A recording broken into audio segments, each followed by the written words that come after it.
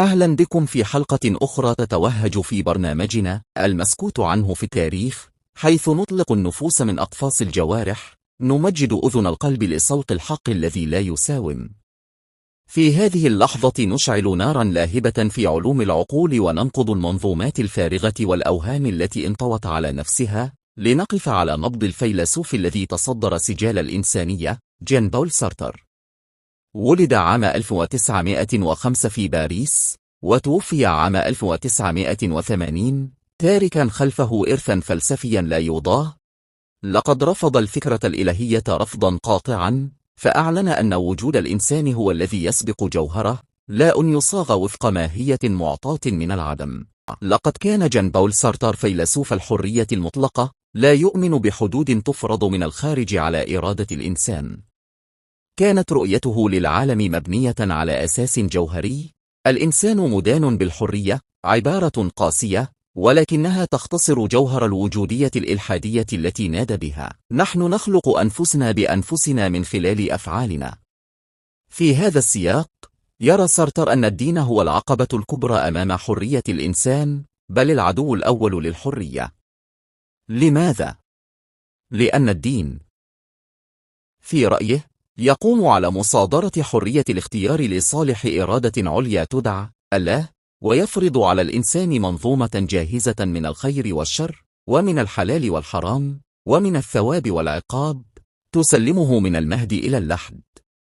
فحين يؤمن الإنسان بالله بحسب سارتر، فإنه يلقي على كاهل كائن غيبي كل مسؤولياته، ويتحول إلى كائن منقاد يبحث عن الأوامر والنواهي، بدلا من أن يصوغ وجوده بيده. وبهذا يصبح الإنسان عبدا لا حرا. كتب سارتر في مقدمة كتابه الوجود والعدم ما يفجر هذا المعنى بوضوح: إذا كان الله موجودا، فإن الإنسان ليس حرا، وإذا كان الإنسان حرا، فلا وجود لله. إنه لا يجمع بين الأمرين، لأن وجود إله كلي المعرفة والإرادة يفسد فكرة الحرية من أساسها، إذ لا يبقى للإنسان من اختياراته شيء، بل يصبح مجرد منفذ لخطط إلهية مسبقة.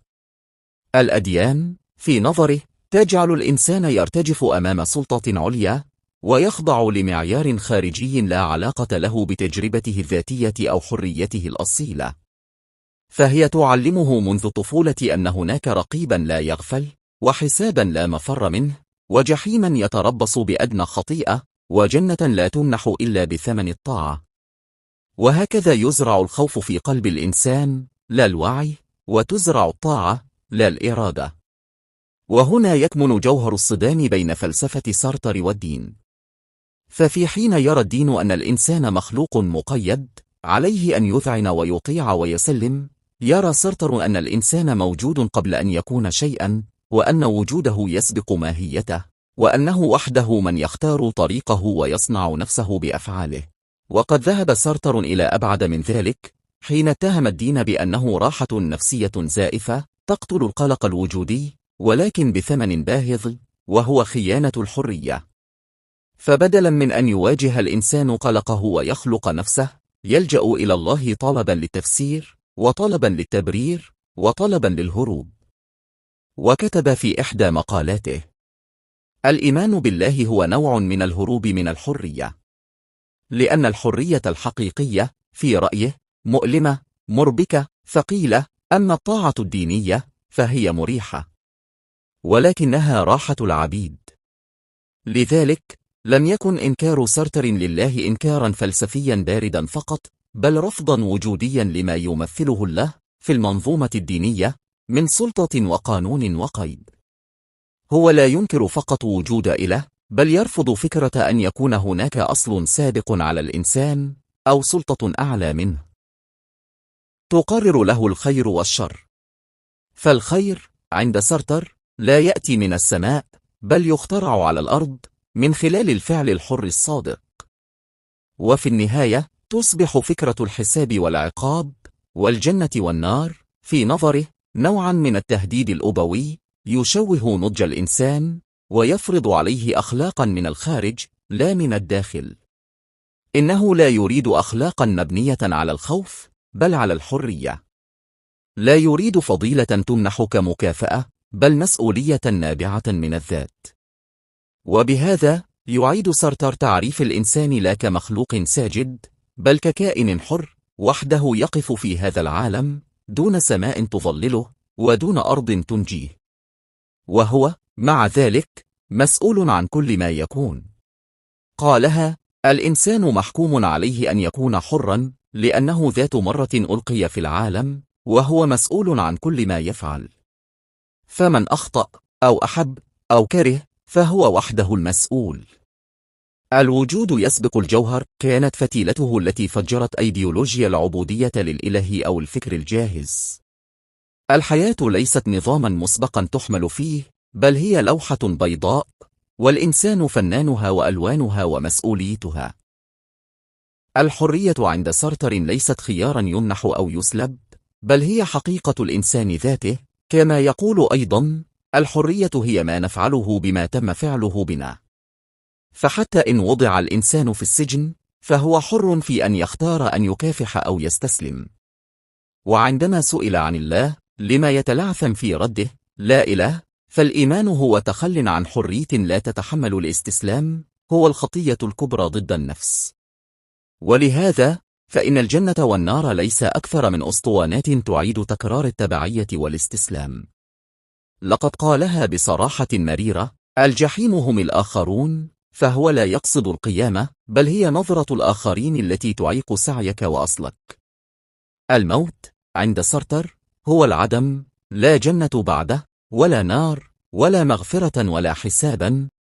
كانت فلسفة سارتر صاعقة، جمعت بين التمرد والنزوع إلى التحرر الكامل، وأن الإنسان إن لم يجعل الدين هدفه فهو أصلا قد سلب منه الخضوع. أقواله النارية لا تحصى. لا يمكنني أن أمتنع عن الاختيار، فقد قررت حتى لو لم أقرر. من الأفضل أن يموت المرء على قدميه من أن يعيش على ركبتيه. الإنسان مسؤول مسؤولية كاملة عن طبيعته واختياراته. والآن بعد هذا السرد النافر، نترك للقلب أن يتحرك، وللعقل أن يصيح: إذا اجتمع الناس على الإيمان للنجاة، فهل يصير الإيمان صحيحا أم تهديدا؟ هل الاستسلام لاحتمالية الفوضى أأمن من احتمال الحرية؟ هل الحالة الصامتة أمام فلسفتك هي خيار أم سجن؟ هل تصدق أن أحدا قادر على حمل قرارك عنك؟ هل نصنع الحساب قبل أن نصنع العدل؟ هل الحرية مرض يجب أن يعالج، أم إنعاش للفكر؟ هل أنت مشروع إلهي، أم موضوع للخيار؟ هل أنت صاحب أسئلة أم تابع أجوبة؟ هل تحويلك إلى رقم في سجل الخلود يشعرك بالإطمئنان؟ هل صرت جسدا بلا قرارات لامعة؟ إن أردت أن تخرج منها بسلام، عليك أن تصنع السلام بينك وبين وجودك. وفي النهاية، سواء اتفقنا مع سارتر أو اختلفنا، أحببناه أم ارتبكنا أمام مرآته، لا يمكننا أن ننكر شيئا واحدا: أنه أجبرنا على أن نرى أنفسنا دون وسائط، دون أقنعة، دون مسكنات سماوية أو تقاليد وراثية. لقد وضعنا أمام ذواتنا بلا تعزية، بلا وعود، بلا حساب مؤجل.